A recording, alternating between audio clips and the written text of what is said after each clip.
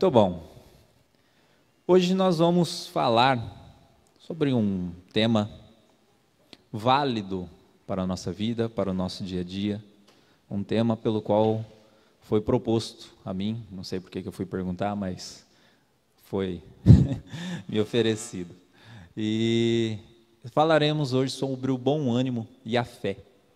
Então, quase nunca estou aí à frente das palestras, não é algo que eu gosto muito de fazer, mas eu gosto muito de ter esse contato, de poder falar um pouco sobre a doutrina espírita, das reflexões, sobre o conhecimento que a gente vai ganhando através dos estudos, através da vivência, dentro de tudo que o Evangelho nos possui, nos oferece. Então eu trago, dentro dessa reflexão, o capítulo 8 do livro Boa Nova, escrito por Emmanuel, através das mãos de Chico Xavier. No capítulo 8, nós temos, o título desse capítulo é Bom Ânimo. Então nós contamos ali uma história, Humberto de Campos, eu falei Emmanuel, é Humberto de Campos, me perdoe. Humberto de Campos, ele narra ali uma cena, falando do apóstolo Bartolomeu. E ele descreve Bartolomeu como sempre vivia triste. Bartolomeu era uma pessoa triste, agoniada. E sempre Jesus ali encontrava ele em profundas meditações dolorosas. Ou é aquilo que nós chamamos hoje em dia da tal depressão. O pensamento, a obsessão dos nossos pensamentos compulsivos a algo negativo. Aquela ansiedade por algo que nós esperamos para o futuro, ou uma agonia que nós trazemos de algo que nós vivemos no passado.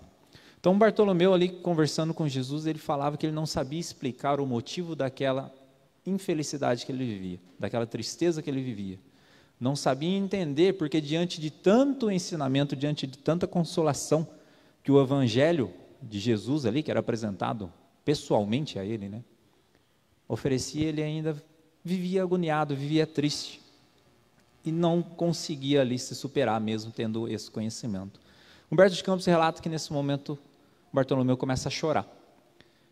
E nesse choro é a oportunidade que Jesus prega ali e começa a conversar com Bartolomeu, começa ali a consolá-lo. E ele fala para Bartolomeu, Bartolomeu, uma boa notícia não nos traz alegria? Referia-se ele ao Evangelho. O Evangelho era uma boa nova, era boa notícia, os esclarecimentos de Jesus para conosco. Então trazia para ele a alegria. E Jesus ainda falava, eu não quero senão provocar, acender o bom ânimo aos meus discípulos. Jesus então falava que a intenção dele era gerar a esperança nas pessoas, gerar o bom ânimo realmente, para que as pessoas se sentissem bem, se sentissem fortalecidas. Então nós gerar essa esperança, nós esperarmos algo futuro, algo melhor. Esperança é para o futuro, do verbo esperançar. E ninguém esperança algo ruim para a própria vida. Todo mundo procura por algo melhor. Todo mundo tem esperança por algo melhor, por dias melhores, por um futuro melhor, por um retorno daquilo que nós trazemos hoje para a nossa vida. E Jesus continua falando, o Evangelho tem que florescer para o espírito das criaturas, antes de frutificar no espírito dos povos. Olha que maravilha isso. Então a gente pensa que a gente tem sempre aquele âmbito de querer criticar o povo, o nosso representante, seja na política, seja onde for. Mas o político que está lá é o nosso representante, ele representa o povo, ele é o espelho nosso lá. Então se nós temos ali um representante a esse nível, é que a nossa sociedade está dessa forma. Então nós precisamos primeiramente corrigir a sociedade. E como se corrige uma sociedade? Corrigindo a si próprio, melhorando um a um. Não tem outra maneira de eu querer, a frase que Emmanuel, agora sim Emmanuel falava para Chico Xavier, não exige a qualidade das pessoas pelo qual você não possua. Então eu não tenho como exigir para uma pessoa, para um político, que ele seja honesto se eu não sou honesto. Eu não tenho como exigir que ele seja uma pessoa caridosa se eu não sou caridoso. Uma pessoa que dê atenção a tal situação se eu mesmo não dou. Então não tenho como ficar exigindo condições dessas pessoas pelo qual eu mesmo ainda não possuo. Bartolomeu ainda refletindo ali das suas agonias, ele fala: mestre, os vossos ensinamentos, eles dissipam os meus pesares, mas o evangelho exige muito de nós, exige uma fortaleza permanente. Aí nós pensamos, poxa, realmente, para vivenciar dentro do evangelho, ele exige muito de nós.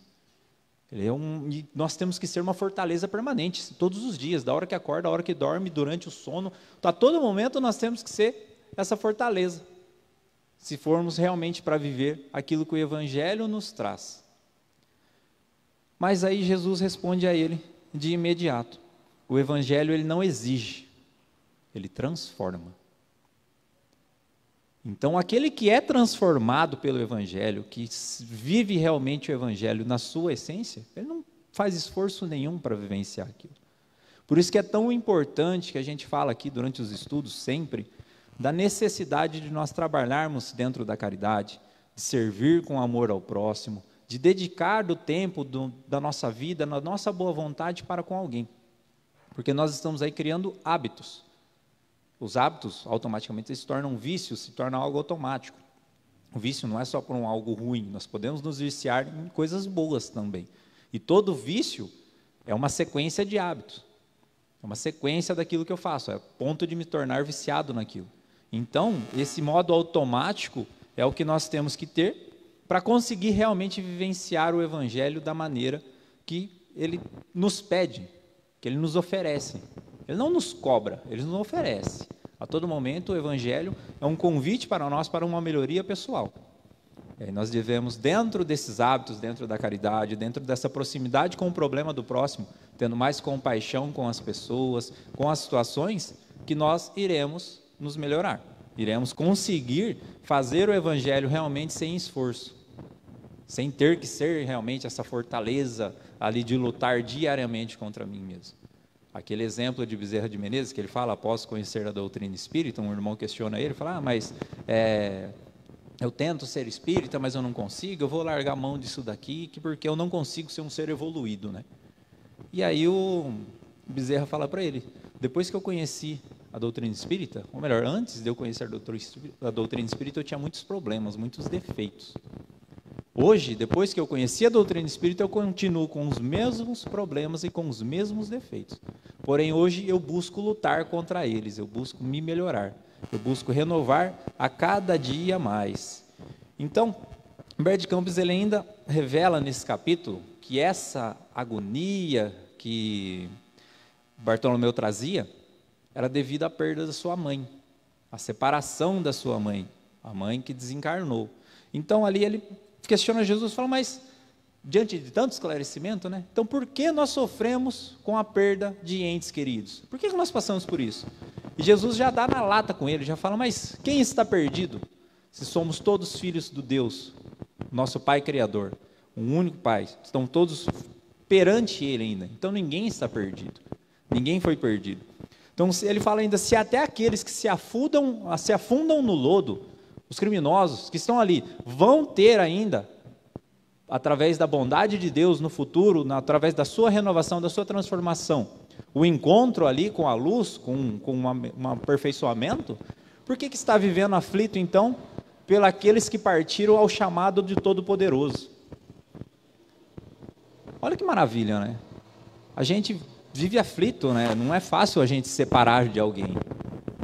Desencarnar, um ente nosso chegar a desencarnar.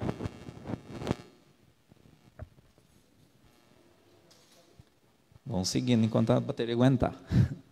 Então, todos esses irmãos que desencarnam ao chamado do Pai, que foram pessoas boas, não precisa ser um santo para ir direto ao céu. Mas as pessoas que não praticam mal, que vivem em harmonia na sociedade, a gente às vezes fica tão aflito, né, naquela condição, porque fala, nossa, ele era uma pessoa boa, mas ele não frequentava a igreja, ele não frequentava o centro, ele não fazia isso, não fazia aquilo, então ele vai estar sofrendo, vai estar no purgatório, vai estar no umbral, vai estar no inferno, vai estar em vários lugares que as pessoas destinam aí para os seres depois da morte, né, depois do desencarne. E Jesus fala isso. Se eles foram ao chamado do Todo-Poderoso, por que você está aflito? Se a sua mãe desencarnou ao chamado de Deus, por que está aflito? Se até aqueles que praticam o mal realmente, um dia ainda terão o encontro da calmaria, pelo qual a vida eterna nos permite chegar. Então, certamente que o desencarne, a separação física, ela gera saudade, ela gera tristeza, ela gera ansiedade, porque tudo isso é fruto da nossa ausência, do nosso convívio, do nosso contato. Mas se a nossa vida é espiritual e ela é eterna, nós nunca morremos, nós não deixamos de existir, nós apenas nos separamos do corpo que não possui mais condições de nos fornecer o progresso. Nós não temos mais ali a condição de seguir evoluindo dentro daquele corpo. Então, nada mais é para nós do que uma libertação, sair do corpo que não possui mais a condição de nos abrigar à vida. E não a morte, e não é o fim de tudo, e sim um momento de renovação. Vamos lá. E sim um momento de renovação. Então, a vida segue diante da eternidade, diante da continuidade da vida, diante daquilo que nós precisamos ter o conhecimento para adquirir essa fé. As pessoas acreditam, falam, mas chega a um nível que a pessoa fica fria, porque está frequentando doutrina espírita, não entende a morte de uma maneira. Isso daí é um conhecimento que fortalece a fé. Então nós devemos ter a fé. Essa fé, ela nos gera o bom ânimo, ela nos traz aí a condição de sermos seres melhores, de vivermos mais tranquilos, menos ansiosos, menos aflitos, diante de tudo o que nós vivemos. Então, se estamos diante da vida eterna, apenas nos separamos do corpo físico, um espírito ele jamais se separa daquilo que ele sintoniza. Nós vibramos na mesma frequência, então corações que sintonizam ali do mesmo sentimento, eles não se separam. Os corpos apenas cessam. Agora, o contato, o convívio, da maneira pelo qual o plano espiritual nos aperfeiçoa do conhecimento da doutrina espírita, nós não perdemos esse contato. Nós somos uma centelha divina, ou seja, nós somos um pedaço de Deus. Em João, no capítulo 4, versículo 8, ele fala: quem não ama não vê a Deus, porque Deus é amor. Então, se Deus é amor, nós somos amor. Então, nós somos parte de um sentimento, parte de algo que convive. Então, Deus não separa as pessoas que se amam. Os livros do Gabriel falam, Deus nunca separa aqueles que se amam. Por quê? Seria da minha forma de entender, e lógico, se Deus é amor, a gente passa uma vida com pessoas pelo qual nós criamos laços, criamos vínculos, e simplesmente a morte vem e acaba com tudo. Como que Deus é bom? Você vai me colocar a sofrer, sendo que a pessoa que eu amo, que eu convivo, simplesmente morreu, deixou de existir, não tem mais contato, acabou? Não teria amor, então Deus não seria amor. Corações que se amam, eles se mantêm sempre conectados, através dessa faixa de vibração. Nós, dentro da ciência, da física quântica, essas coisas, eles têm um nome que eles dão chamado egrégora. É um campo mental, um campo de energia. Nós aqui, hoje, conectados, vibrando pelo mesmo sentimento, nós estamos formando um campo de energia, e esse campo, ele soa pelo universo afora, e isso é o que faz o contato entre os seres que se amam. Então, instantaneamente, na velocidade do pensamento, quando nós nos ligamos àqueles seres que desencarnam, eles estão junto a nós, eles estão entre nós. Em Mateus, no capítulo 18, no versículo 20, ele fala: quando 2 ou 3 estiverem reunidos em meu nome, eu estarei no meio deles. Então, se nós sintonizarmos ali, nós estaremos ligados àquele que seja. Aqui, no caso, se refere a Jesus. Nós tivemos um exemplo maravilhoso aqui na Casa Espírita na sexta-feira. Durante a tarde aqui, as meninas estavam aqui fazendo as pizzas, e a Lu, uma trabalhadora nossa, ela passando pelo corredor, ele sentiu um forte cheiro de flores, de rosas. E ela falou para a Cris, que é a mãe do Kleber, está aqui na evangelização, nossa querida monitora, professora, vem aqui e sente esse cheiro. E ela foi ali, sentiu de leve, voltou. 3 vezes aconteceu isso, e aquele cheiro forte de flores. Quando nós chegamos mais tarde, algumas horas depois aqui na Casa Espírita, o Kleber sintonizou conosco ali e acabou enviando uma mensagem para Cris. E na mensagem ele fala sobre o cheiro das flores que ela havia sentido, que ele trouxe essas flores para presenteá-la. E ao final da carta ele desenha um buquê. Então o nosso pensamento está a todo momento sintonizado com aqueles que amamos. Em momento algum eu que transmiti a carta ali sabia dessa situação. E simplesmente ele relatou e a Cris abriu um olho desse tamanho, a Lu chorou para variar. E, enfim, nós estamos conectados com aqueles que amamos e não deixam de existir. O corpo cessou porque não tinha condição de seguir, dando progresso ao espírito. Agora, não quer dizer que o espírito deixou de existir. Muitas pessoas elas têm dificuldade, às vezes, de entender essa questão de vibração. Falam, nossa, o pensamento é uma energia, uma onda invisível que anda entre nós. Como assim? Ontem eu fiz um teste aqui durante o curso, eu mandei uma mensagem, o pessoal que está no grupo aí viu que do nada apareceu um Jesus no grupo da Casa Espírita. Eu estava conversando com as pessoas, eu falei, se vocês duvidam, eu mandei a mensagem. O celular começou a tocar pelo salão afora. Eu falei, vocês viram a minha mensagem passando entre vocês? Mas o celular captou. Então, o que é isso? É a sintonia, como se fosse um rádio. Um rádio, ele precisa estar numa mesma frequência para captar uma onda sonora de uma rádio, de uma estação. Assim somos nós, seres humanos encarnados, os espíritos, enquanto encarnados, para os desencarnados. É preciso que haja uma frequência, uma mesma sintonia. Então, se eu estou triste, assim como estava Bartolomeu, eu estou numa baixa sintonia, eu estou com uma frequência ruim, eu estou sintonizando a sentimentos inferiores. E, junto a eles, espíritos inferiores que pensam da mesma maneira.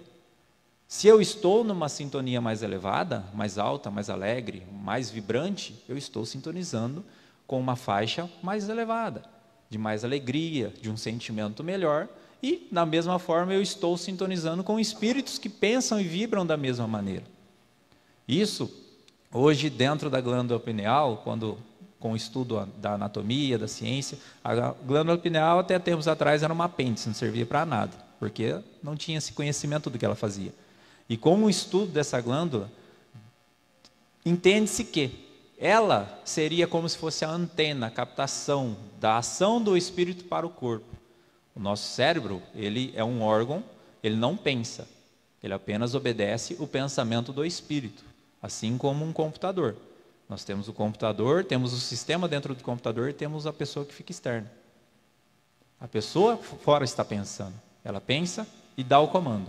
O sistema recebe e o computador obedece. Assim também é essa glândula pineal. E interessante que dentro dessa glândula pineal são encontrados cristais de apatita. Esses cristais de apatita, curiosamente, são encontrados também dentro do rádio, nas antenas. E eles que fazem a captação dessas frequências. Então fica ainda mais amplo o entendimento da percepção do espírito, de nós espíritos enquanto encarnados. Da onde que vem a mediunidade? A mediunidade é algo engraçado, quando a gente fala da questão de cartas, todo mundo quer ser médium, né? Todo mundo acha legal, quer ser médium, quer fazer passe, quer escrever carta, quer impressionar. Todo mundo vem atraído pelo fenômeno. Agora ninguém quer ser médium de cozinha, médium de lavar banheiro, médium de limpar salão, médium de vir aqui 6 horas da manhã fazer pão. Aí a mediunidade acaba, né? As pessoas já não se interessam. Vem todo mundo atrás da famosa mesa branca, né? Essa semana, novamente, eu fui perguntado. Falaram, o centro de vocês é mesa branca? Eu falei, olha, dessa vez a gente tem 2, antigamente não tinha. Falei, dessa vez a gente tem 2 mesas brancas ainda. Eu falei, ao domingo a gente faz um trabalho nela, que a gente coloca ela no meio do salão, coloca uma do lado da outra, e coloca vários copos em cima dela. Do lado dos copos tem os talheres, do lado dos talheres tem as panelas com comida, tem os refrigerantes, tem uma salada, uma farofa, e em cima dessa mesa branca a gente atende as pessoas aqui no almoço solidário. Para isso que serve a nossa mesa branca.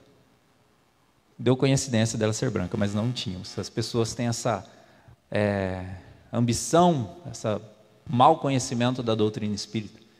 Pensa que a doutrina espírita é algo tenebroso de conversar com espíritos, conversar com desencarnados, como se conversar com um desencarnado fosse algo tenebroso. Todas as religiões nasceram de uma comunicação mediúnica. E Jesus, durante todo o evangelho, você observa os apóstolos falando que ele estava conversando com mortos. Quando ele conversava com Moisés, Moisés já fazia 1.800 anos que havia desencarnado. Quando ele conversava com Elias também. A todo momento Jesus estava ali invocando seres que não pertenciam mais ao mesmo plano. Estavam todos encarnados. Então, a todo momento, Jesus conversava com um morto. Todas as influências de comunicações, de formações das religiões, vêm através de um processo mediúnico. Ou seja, era alguém encarnado aqui na Terra recebendo informação de um desencarnado. Então, não há nada de espetacular nisso. Nada muda, nós somos apenas espíritos conversando com espíritos. A única diferença é que nós estamos dentro do corpo e eles fora. Observamos no livro Domínios da Mediunidade, logo no capítulo 1, Aniceto, André Luiz dá uns nomes muito estranhos para os amigos dele, então é duro da gente lembrar. Mas ele relata ali, André Luiz relata que em nosso lar estava havendo uma palestra naquele momento, e havia um salão cheio, e ele fala que esse salão possuía seres encarnados e seres desencarnados. Seres desencarnados no plano espiritual, normal. Mas como assim seres encarnados no plano espiritual para assistir uma palestra? Durante o nosso desdobramento, durante o nosso sono, quando a gente desdobra, durante uma meditação, uma concentração, muitas vezes a gente dorme e acorda com uma ideia, acorda com uma solução, um pensamento novo, uma renovação, ou simplesmente acorda feliz. Tem dias da gente acordar cansado? Como assim? Eu fui dormir e acordei cansado? A sensação que o espírito traz do estado do desdobramento puxa junto a nós essa sensação pelo qual estamos ali. Retomando o nosso pensamento, nós podemos lembrar da parábola dos trabalhadores da vinha, Mateus capítulo 20. Curiosamente também foi parte do assunto do nosso estudo de ontem.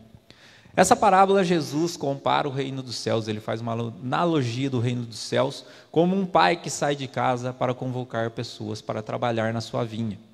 Ele chega logo nas primeiras horas, convoca as pessoas que estavam ali e promete a eles: vocês vão trabalhar e depois da sua jornada eu pagarei por 1 denário sobre isso. E continua andando ali, depois na terceira hora ele acha um outro grupo e convida, promete a mesma coisa e assim sucessivamente, até que depois da 11ª hora, ele convida também as pessoas ali ao final do dia, como o nosso evangelho no capítulo 20 traz, os trabalhadores da última hora, eles são convidados a trabalhar na última hora por Jesus. Por Jesus não, por aquele pai. E ao final da jornada ele começa a pagar daqueles que começaram a trabalhar por último, até aqueles que começaram a trabalhar nas primeiras horas do dia. E ele paga 1 denário para aqueles que chegaram por último, o mesmo valor para aqueles que chegaram durante o meio do período, e também para aqueles que chegaram na primeira hora do dia. Automaticamente, os que chegaram na primeira hora do dia se revoltaram. Mas como assim?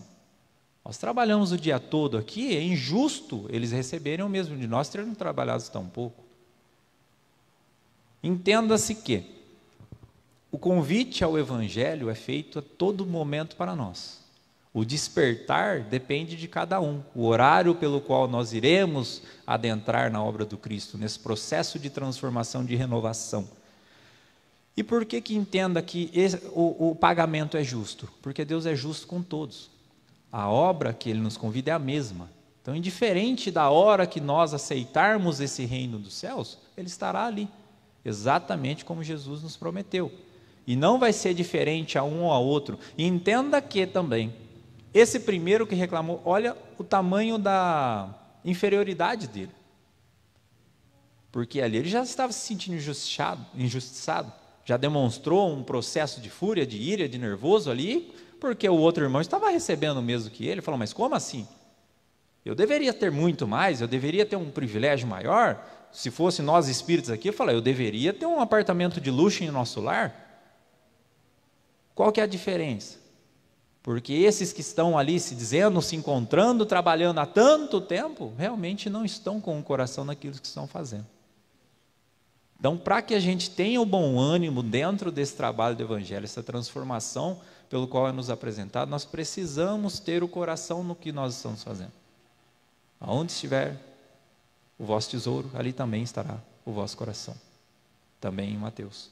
Então, nós precisamos trabalhar dessa maneira, precisamos também trabalhar e ter a fé do nosso capítulo 19, do Evangelho segundo o Espiritismo, A fé que transporta montanhas, que está em Mateus, no capítulo 17, no versículo 20. Pense, se você tiver a fé do tamanho de um grão de mostarda, você vai olhar para aquele monte e dizer para ele passar daqui. E ele obedecerá. O que nós entendemos disso? A fé nossa, mínima que ela seja, ela tem a capacidade de remover todos os obstáculos da nossa vida, todas as aflições da nossa vida. Porque o Evangelho, ele está repleto das nossas aflições, dos nossos sentimentos. O Evangelho não está tratando de problema material, não está tratando de problemas financeiros, não está tratando da nossa vida material.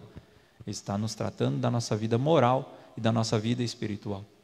Então, a nossa fé é o que movimenta a nossa vida espiritual. O bom ânimo é o que mantém eu de cabeça erguida, entendendo que os problemas que eu passo nessa vida são a parte necessária do que eu preciso para chegar ao final dela melhor do que eu vim, cumprindo com o meu objetivo.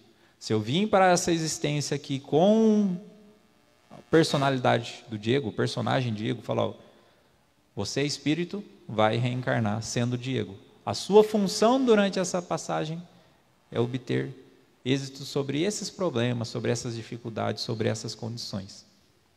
Então, se eu tenho essa fé de que os meus problemas aqui não se resumem à minha vida, e que o meu aperfeiçoamento, o meu desprendimento moral aqui é o que vai me elevar espiritualmente, se eu tenho essa certeza, que a fé é daquilo que nós temos certeza e confiamos, se eu tenho essa certeza na vida eterna, então eu tenho que desprender das coisas que eu faço. E eu não vou viver aflito com os problemas do dia a dia que a vida me traz, que muitas vezes são frutos das minhas escolhas. Meu pai já deve ter ouvido eu falar um monte de vezes. Se você tivesse deitado lá embaixo de uma árvore no sítio o dia inteiro, você não ia ter os problemas que você tem vindo aqui na fábrica caçar problema. Então a nossa vida é assim. Por que eu tenho problema dentro da minha empresa? Porque eu tenho uma empresa, porque eu vou atrás de tentar resolver, de tentar fazer alguma coisa a mais. A nossa vida é assim. Eu tenho um problema, meu carro quebrou. Por que teu carro quebrou? Porque você tem um carro. Então tudo na nossa vida de problemas materiais é fruto daquilo que nós estamos buscando. Agora, das nossas agonias, se nós tivermos o esclarecimento do Evangelho e o nosso pensamento voltado ao nosso progresso moral, à nossa vida contínua, eterna, de múltiplas existências pelo qual eu preciso seguir dentro delas para poder progredir, fica mais leve, fica mais fácil de a gente entender. E aí o fardo se torna mais leve. Nós aqui sempre falamos, você acredita na vida eterna? Eu falei, eu não acredito. Eu tenho certeza dela. Isso é ter fé, nisso que a gente vive aqui. Eu tenho certeza que minha vida não vai se resumir a isso.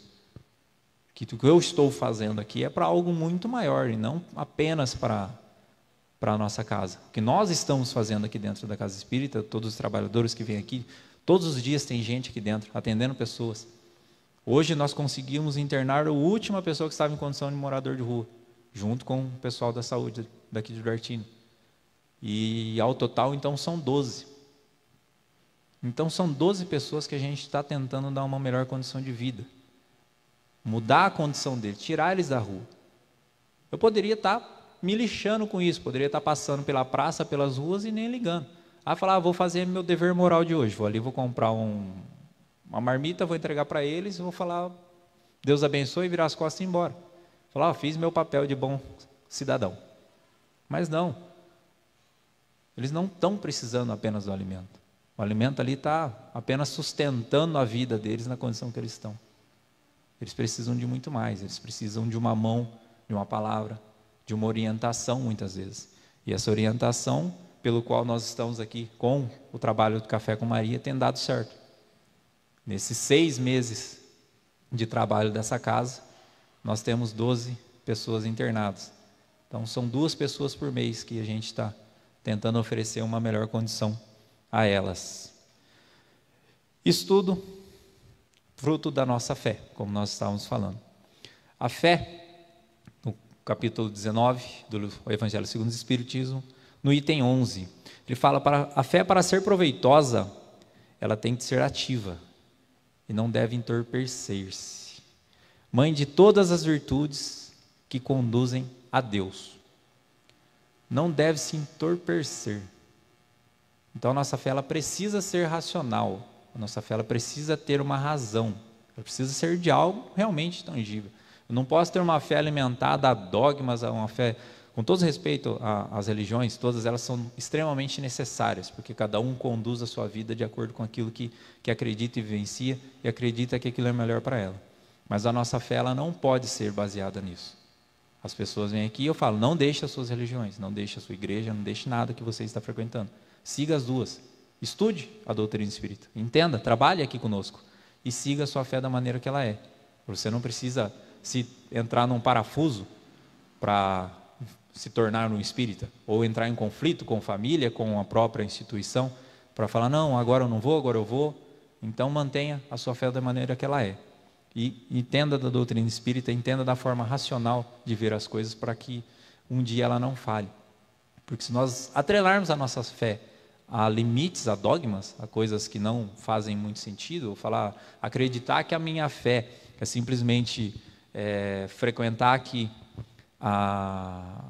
o centro espírita, vir aqui uma vez por semana, vestir a minha famosa fantasia de espírita durante 1 hora, 2 horas aqui, de um dia da semana, qualquer um é perfeito, qualquer um tem uma fé inabalável.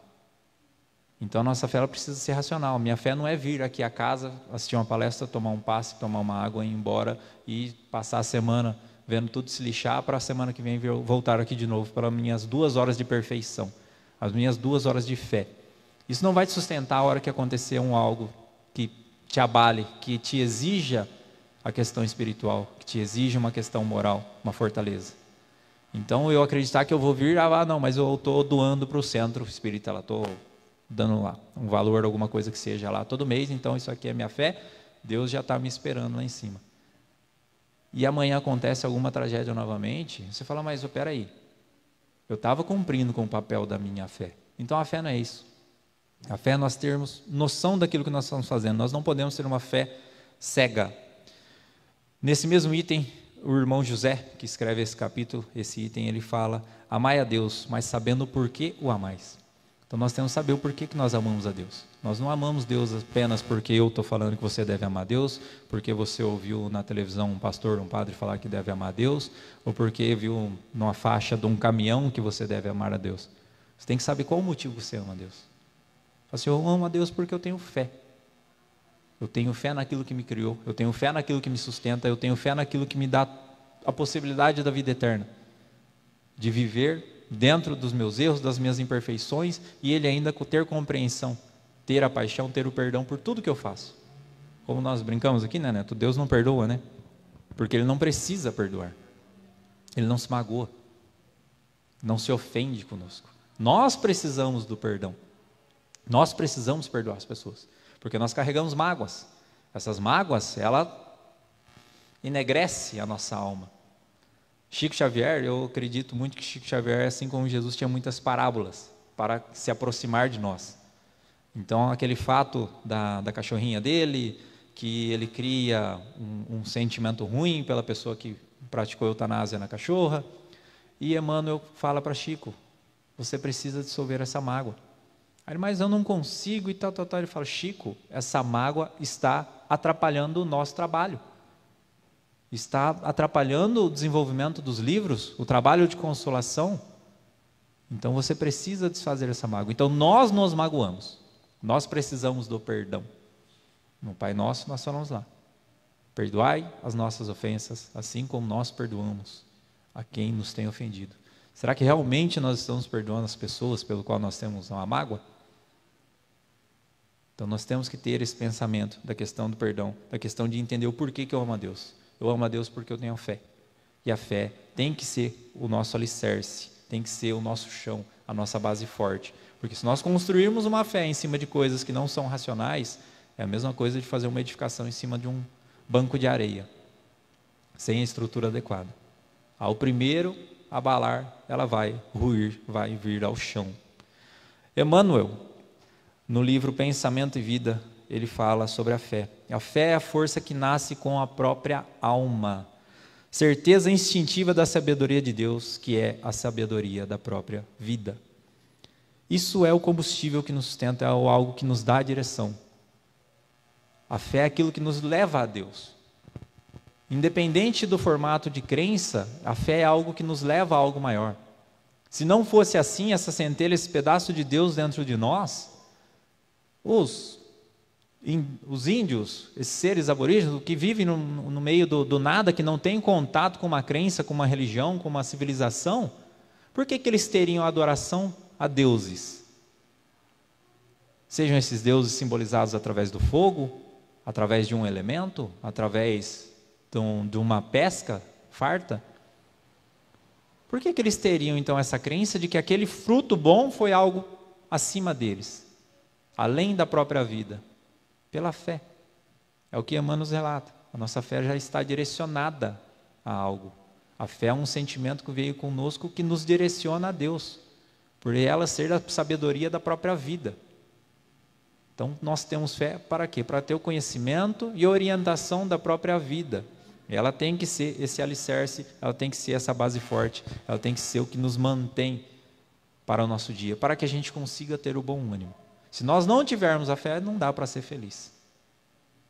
No mesmo capítulo, Bartolomeu, conversando com Jesus ali, ele falava não conseguir compreender tantas pessoas vivendo de maneira escrúpulas ali, e se tinham todo aquele benefício, toda aquela alegria, aquela felicidade. Jesus falava que a felicidade deles eram unicamente aqueles momentos ali, atrelados à vida única material. E não era uma felicidade moral. Ele falava, as minhas promessas, tudo que eu lhe prometo é do reino do céu. A amplitude que eu te dou é da vida eterna. E não desse único momento pelo qual nós estamos passando. Dentro da linha do tempo, se nós pensarmos a eternidade por qualquer quantidade de anos que eu viva sobre a terra, é insignificante. Ela é muito válida para o nosso progresso. Tem pessoas que vivem 100 anos. É um longo período para um corpo humano. Mas dentro da eternidade, 100 anos não significa nada.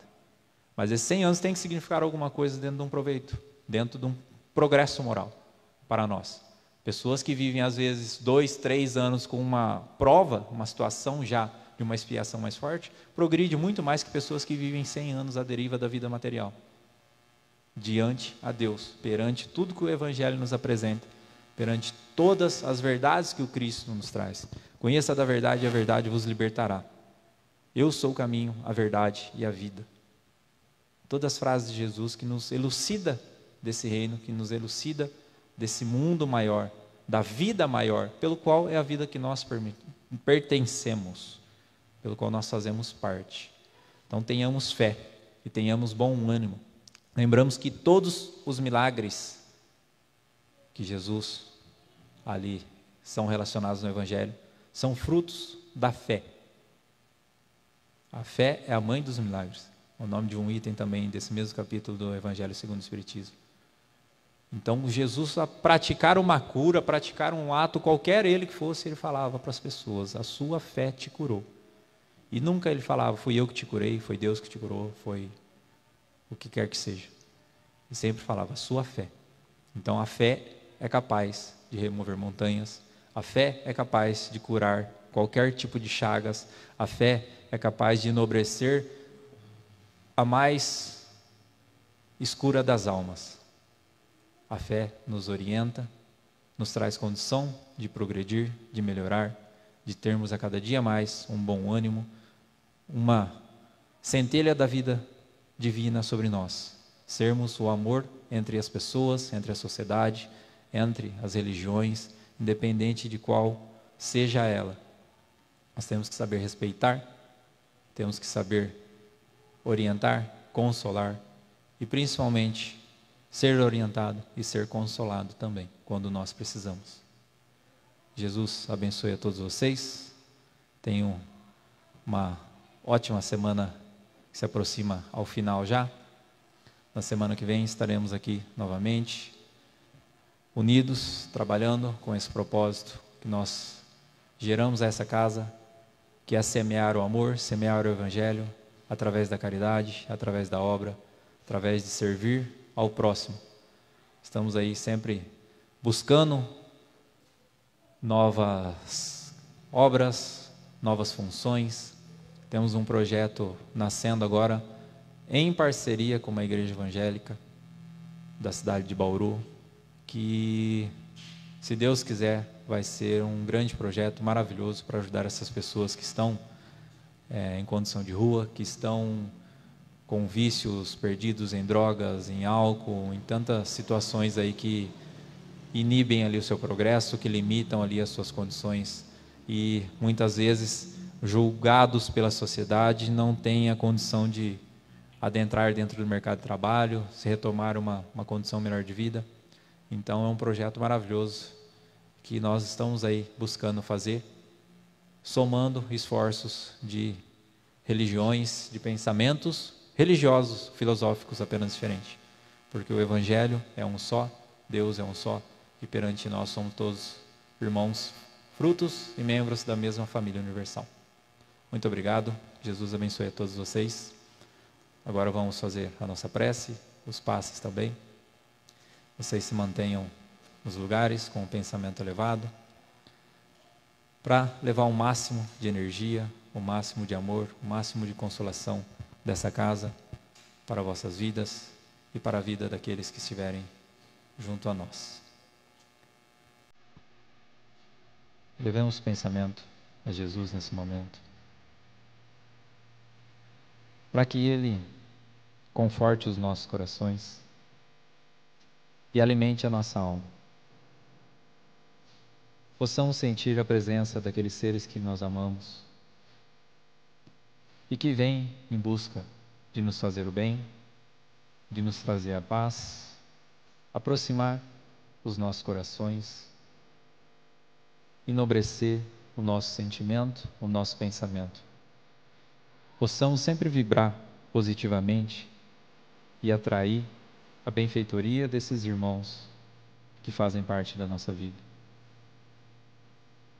Em gratidão ao momento pelo qual aqui estamos, oferecemos as nossas vibrações, a nossa melhor sintonia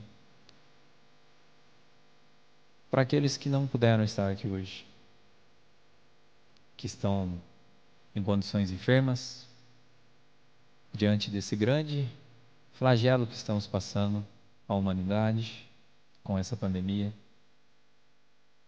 que vem trazendo tantas vidas de volta ao plano espiritual, porém, todas elas através do chamado do Todo-Poderoso. Que esses bons pensamentos, essa boa sintonia, leve luz àqueles que desencarnaram, àqueles que estão internados, e que alimente a nossa fé, para que a gente possa produzir esse tão esperado milagre de recuperar ali a condição de manter a vida física, manter os corações próximos, a convivência. Mas se por vontade de Deus haja a separação e haja o retorno desses nossos irmãos para o plano espiritual, que sejamos gratos pela oportunidade do convívio, dos aprendizados e dos bons momentos pelo qual vivemos. Esses momentos bons que eternizam a nossa sintonia, que alimentam o nosso amor, que aperfeiçoam a nossa alma, que nos aproxima de Jesus. Que a gente consiga oferecer ao máximo da nossa fé para esses que estão necessitando.